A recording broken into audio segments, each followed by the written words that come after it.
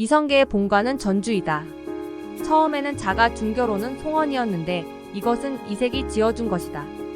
이성계는 1335년 충수광 사화령부에서 이자충과 최한기의 딸 최씨 사이에서 둘째 아들로 태어났다. 어릴 때부터 활솜씨가 뛰어났는지 이를 전하는 설화가 상당히 여러 편 전해온다.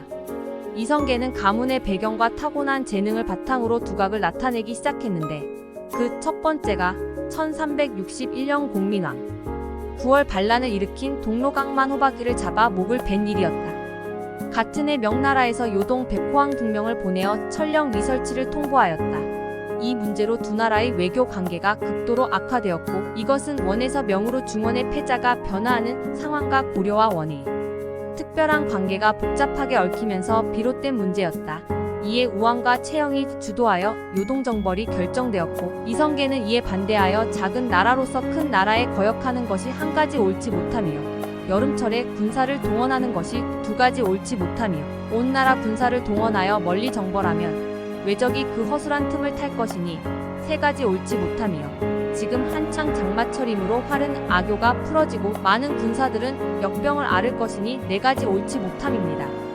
라는 사불가론을 제기했으나 받아들여지지 않았다. 결국 우왕은 최영을 팔도 도통사로 삼고 조민수를 좌군 도통사로 이성계를 우군 도통사로 삼아서 요동을 정벌하게 하였다. 하지만 최영은 함께 가지 않고 조민수와 이성계만이 군대를 통솔하였는데 정벌군을 거느리고 압록강의 위화도까지 나아갔다. 위화도에 이르러 더 이상 나아가지 않고 다시 한번 네 가지 불가론을 들어 요동 정벌을 철회할 것을 주장하였으나 받아들여지지 않고 결국 이성계는 조민수와 함께 회군을 단행했다. 이러한 위기 상황은 이성계의 다섯 번째 아들인 이방원이 정몽주를 살해함으로써 타개하였고 이후 이숭인, 이종학, 조호 등을 조정해서 몰아내었다. 정몽주 일파가 제거된 후에는 이성계를 왕으로 추대하는 움직임이 일어났다.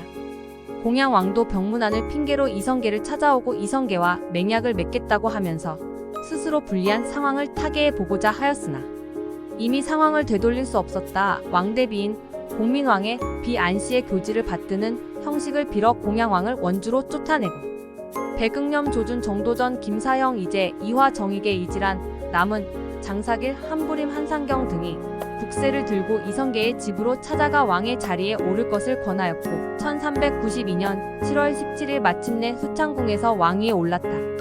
태조가 즉위한 처음에는 즉위교서에서 밝힌 바대로 나라 이름은 그전대로 고려라 하고 의장과 법제는 모두 고려의 고사에 의거하게 하였다. 그리고 종묘를 옛 제도에 맞게 할 것, 좌주문생의 폐해를 개혁하여 문무과거제를 정비할 것, 관운상제와 관련된 풍속을 바로잡을 것, 수령은 청거로 선발할 것, 충신효자 의부절부를 권장할 것, 국둔전을 폐지할 것 등과 같은 정치개혁을 표방하였으며 건국과정에서 죄를 받은 사람들의 벌을 감하여주는 조치도 뒤따랐다.